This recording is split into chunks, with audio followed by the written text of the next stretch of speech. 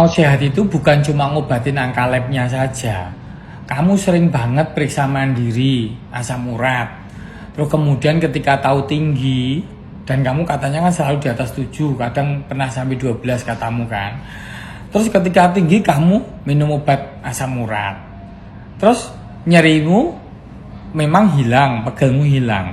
Itu bukan karena kamu minum obat asam uratnya, tapi karena kamu minum obat radang sama obat pereda nyerinya.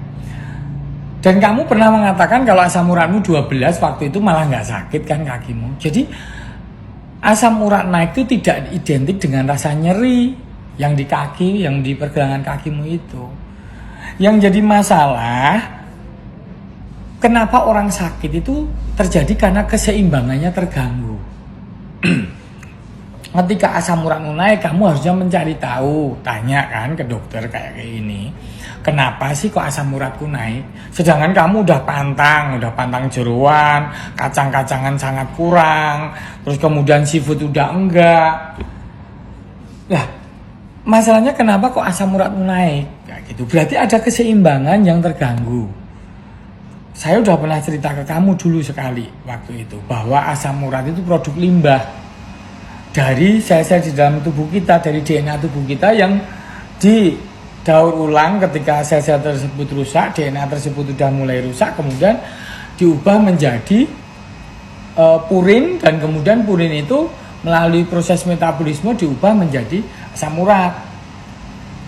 Produk limbah itu harusnya purin itu balik lagi untuk didaur ulang menjadi sel lagi, DNA lagi. Tapi sebagian purin yang diubah menjadi asam urat tadi dibuang memang melalui urin 70%, melalui usus 30%. Nah, kalau kamu tidak makan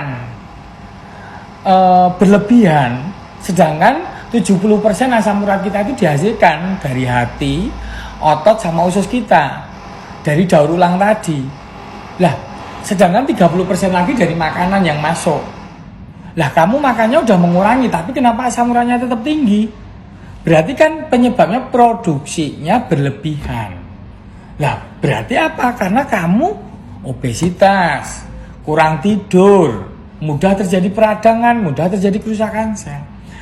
Terus itu baru masalah penyebab.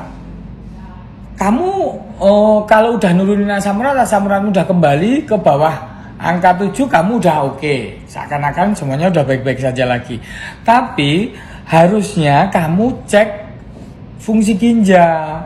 Karena asam urat yang kebanyakan dibuang lewat ginjal tadi pada titik tertentu menyebabkan gangguan di ginjal kronis bisa terjadi. Bukan berarti aku nakut-nakutin, tetapi saya minta kamu sesekali cek untuk tahu. Karena asam urat itu pembuangannya di ginjal. Walaupun tidak numpuk sebagai kristal, kan asam urat memang bisa menjadi batu asam urat di ginjal. Kalaupun tidak ada batu, bahkan asam urat pun bisa mengganggu fungsi ginjal dalam jangka yang panjang. Ya, jadi kamu cek fungsi ginjal.